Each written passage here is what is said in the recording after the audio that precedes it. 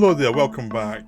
Now I'm going to talk about The Thick of It and In the Loop, which is the Armando Iannucci's comedy series about British politics, which also goes to American politics for In the Loop, but to look at the build-up to the, Iraq invasion. But generally it's about British politics, and it's about inaction within government, or bad decisions within government, how governments can make so many hilariously bad errors that we see every day in the news, and it's like, oh, how did that happen?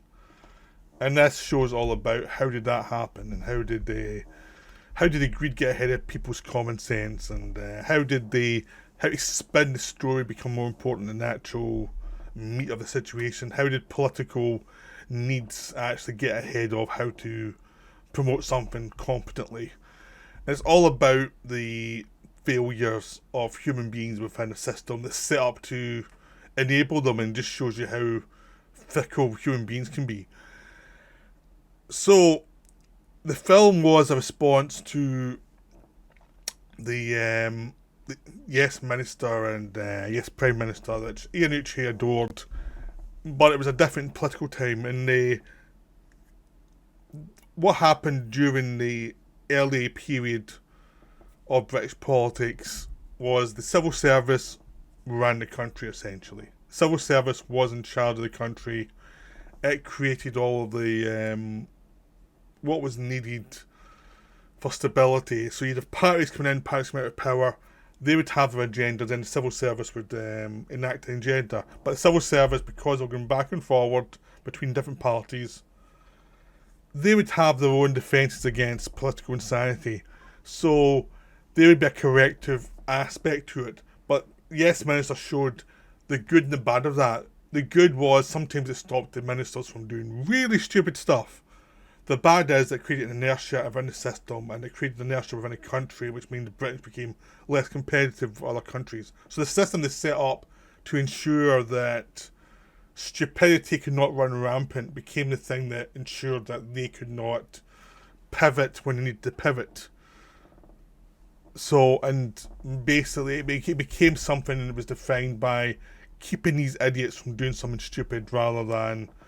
And also it meant that anyone who had good ideas would get crushed. So that was Yes Minister, Yes Prime Minister, just how the compromises were created and how things were never really done. And it was a wonderful show. And then in the 80s came in, Thatcher came in, and oops, I've just knocked this light. Ooh. And essentially the civil service got crushed, got taken, a lot of its power was gone. The politicians were now in charge, and you had a lack of, instead of inertia, you had like massive changes taking place in the country.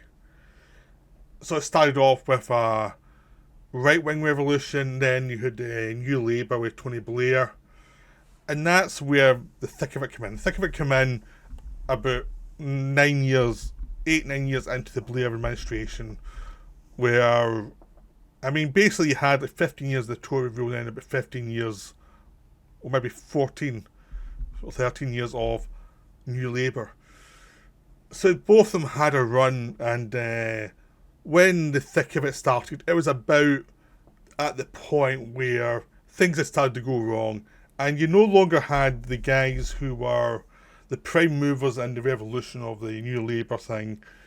They had come and gone, and they'd been exhausted. And what you actually had now were the backbenchers who were maybe not the best people. They were the kind of bland people you think, how did they get that job? You see them all over the news. They turn up every so often as a headline when they say something in the Prime Minister's question time, and it's like, and then sometimes they get a ministerial post, and it's like, who is that and why do they have a job? They don't look competent. Which makes up the majority of MPs, to be honest. Most of them are not that competent. A lot of the people who become Prime Ministers are not that competent. They're just not.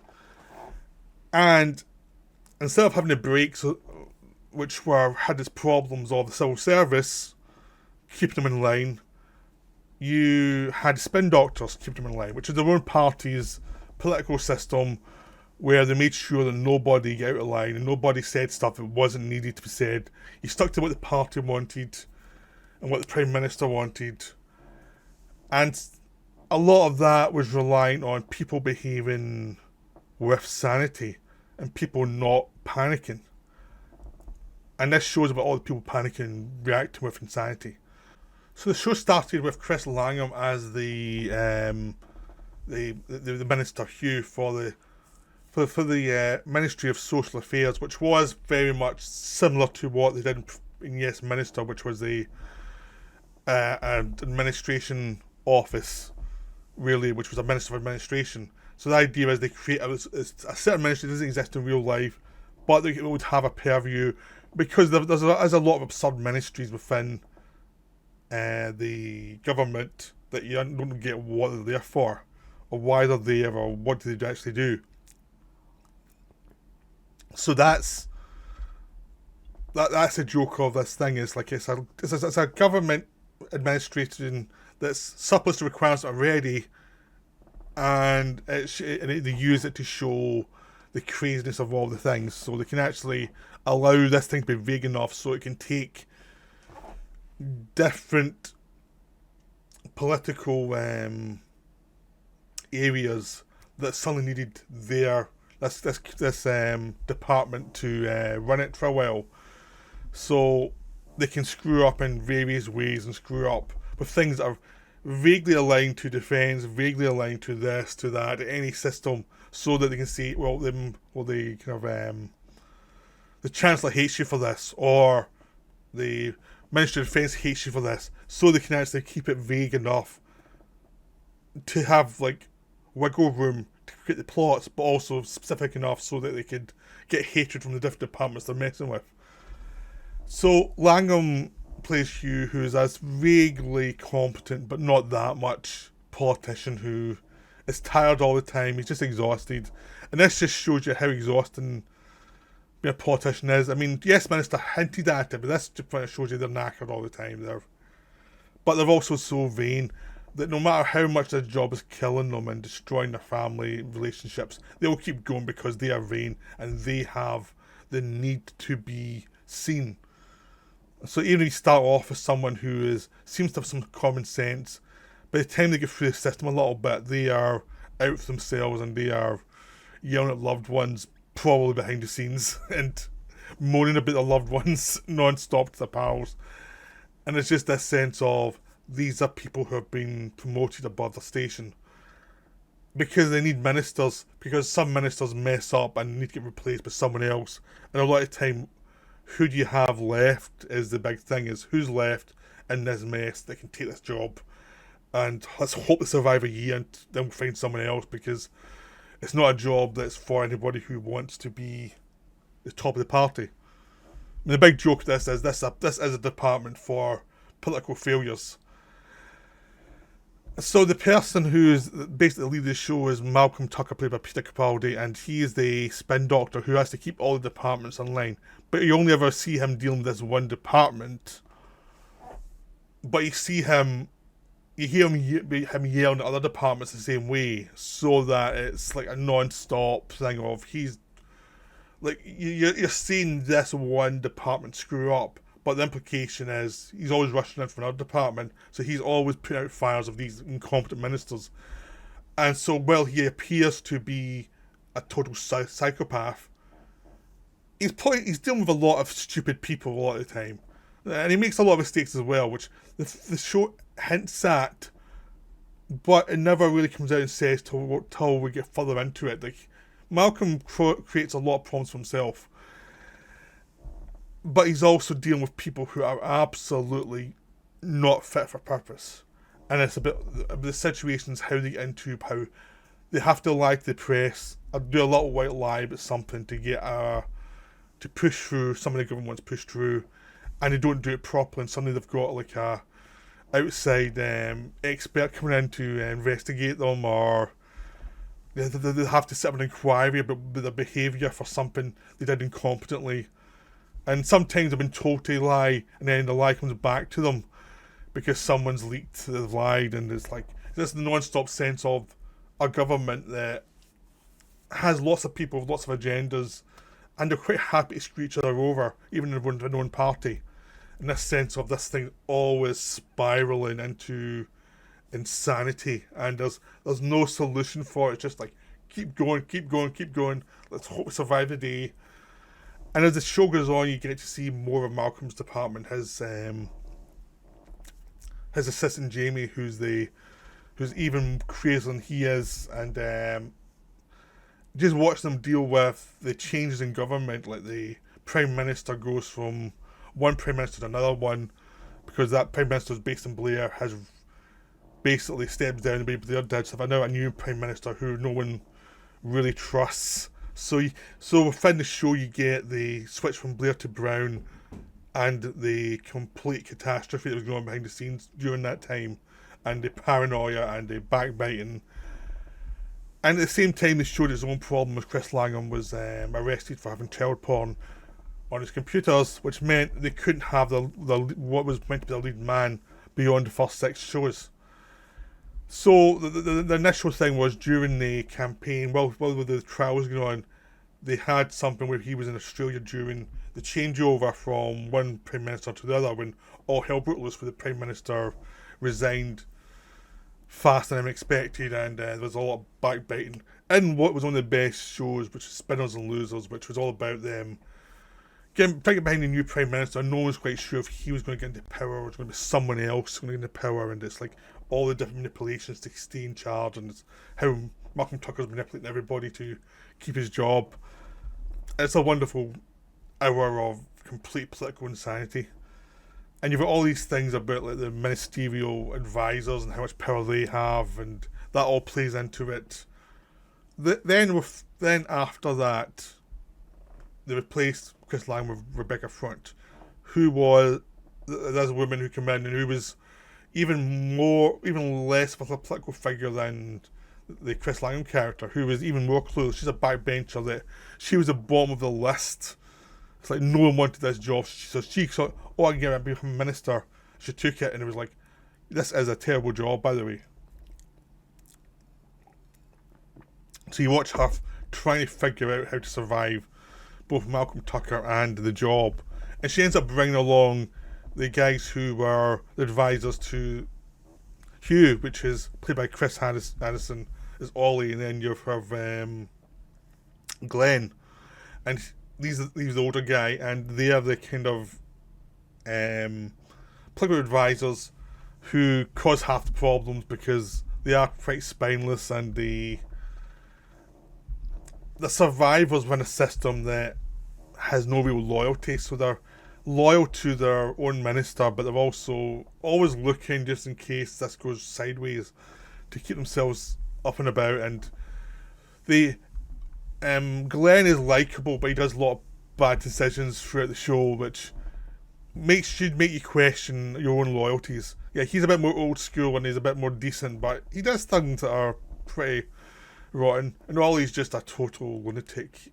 You know, he's a schoolboy looking guy who has no backbone but has no morals either. And even Terry, who's the person for the civil service, who knows how to survive in her own job but doesn't really have any real interest in who survives and who doesn't, because another minister coming along in a minute or two anyway, so she just has to keep the flow of the different ministers. And she doesn't really care. As long as she gets away at 5, she doesn't care. And so when the Rebecca Front character comes in, she is even like, she basically walks into something she doesn't realise is this is the dying days of the government. So this is a character who is representing the dying days of a government, because there's no way in a healthy government she would be brought in, because she has no backbone for sticking to her guns. She's incompetent in dealing with the simplest things, and you know she's just always going to set up in a very credible way, like someone who doesn't really know what they're in for can be set up by Tucker and by other people. And then as that series goes on, she's starting to realise the government's collapsing. And it's like, how do you get out of here? This is collapsing. And it's this thing of watching someone drowning within a system that's set up, through all the different backbiting, through all the different bits of inertia, and through all the different flaws in the system, for everyone to fail, even though they're apparently given all the freedom to change the country the way they want to. Their own mistakes, their own incompetencies, the paranoia of the main political party and Malcolm Tucker making sure they don't do anything wrong means that nothing really gets done, and even if it's a good idea, it'll probably get screwed up somehow. Now, through that section, you also get the opposition coming in slowly, because the show understood that the Labour Party was going to be out of power soon. So they started to show the opposition, and you get a sense of these Tories who were just as incompetent. So both sides were viewed as incompetent. I mean, the thing is, as Iannucci is actually probably slightly to the left, so he was doing the harm in his own party, and then when it came to the Tories, he was even more brutal.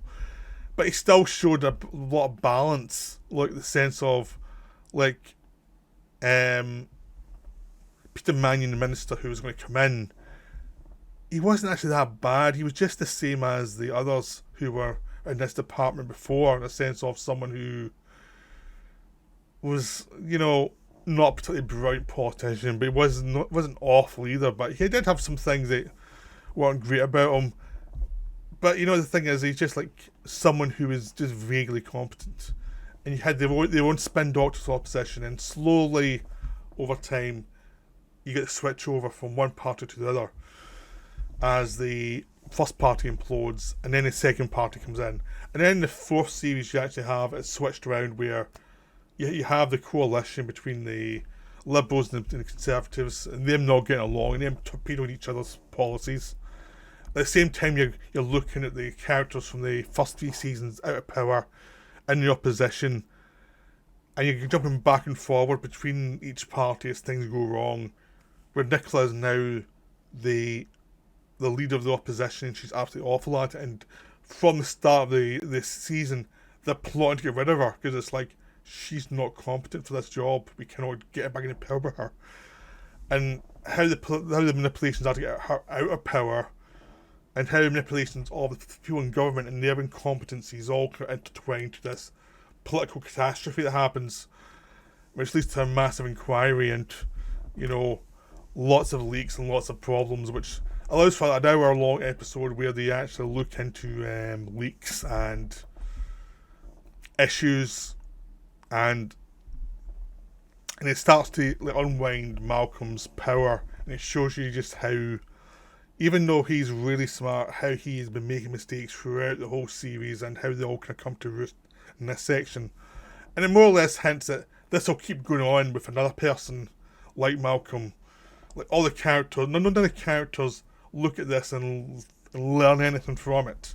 They just look at it and say, okay, well, he's gone, we're better than him. And it's like, you're actually probably worse than him. It's like, it's this sense of people who cannot understand their own place and why the government's not very good, or why politics is so bad, and they're blaming everyone else, but not actually looking at themselves and saying, the way I do things is the wrong way to do things.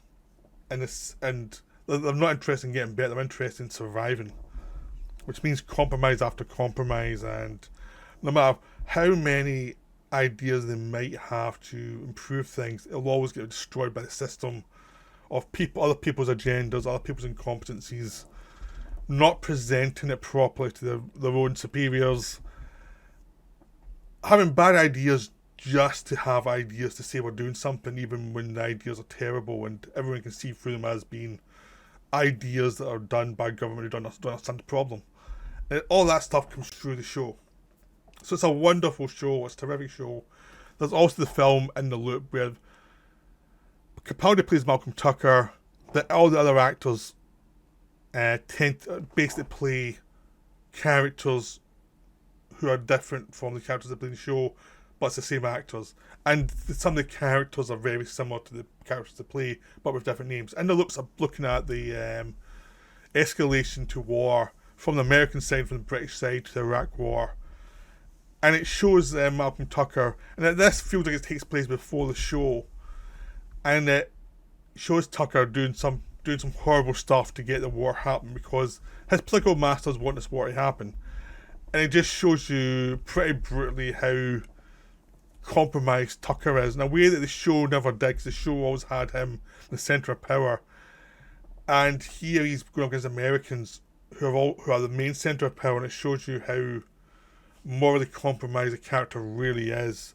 No matter what things he says about his own ideals, it shows you how compromised he is through this process of all these people doing all these things to actually get either stop the war or start the war, and all the manipulations, and how Brits in America are starstruck, and how what is basically a political backwater for America, which is Britain, can be used to start the war because they know that Britain want to keep in with them, and how Britain's own agenda can be used to keep in with the Americans, but also have their own political agenda that can be used for something that's not right. And it's just about how a bad decision can escalate into something that's a disaster. And how even people who might be on the right side of it, might see all the problems with it, might not do the right thing. They may actually go for their career over the right thing. So there's a character, Eliza, who writes a internal memo saying the pros and cons of the war, who goes along with the war ultimately because it's good for her career, and doesn't object when her paper is edited to take away all the downsides, and the war goes on, and she ends up with the people who are fighting the war, like politically, to advance her career. And there's all this feeling of this is what happens. You know, it's a thing where people are cynical, people want to stay in power. And if you go against power, you may be done for. Like, you have a character played by Tom Hollander, who's a politician who's not very bright.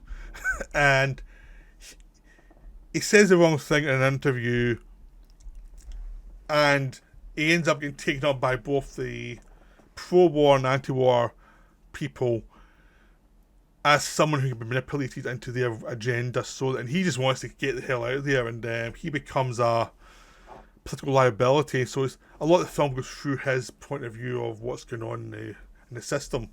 And again, it's about the system, how the system affects these people, and how their weaknesses will ultimately be the end of the line for most of these situations. How basically you can't survive. So you just have to hope for the best, and either sell out your ideals or accept you're probably going to get fired or resign or something. It's just this thing of what happens when a politician objects to something. Like, how now there's an idealised version of how they react, and then there's the in the loop version, which is probably more accurate of your career versus your actual ideals, and what one wins, and how it's all messy, and how you probably screw it up 5 times during the decision making. So this series and this film, they're all wonderful. They're all terrifically written, directed, acted, and it's full of the idea of British compromise and how Britain has fallen away, and how it has no confidence in itself, and why does it not have any confidence in itself. It's just the idea of all these people who are just not that good. And just the sense of it's a generation of people who are just not very good at what they do, and they're spoiled, and they're entitled, and they're just rubbish. So it's a thing only Britain can make. Only Britain could be that scathing about itself. And it's a joy, it's a national treasure, even though some people are probably embarrassed by it because it shows you how incompetent we are. But it's definitely something you have to see, because it is just wonderful. So I hope you enjoyed this video.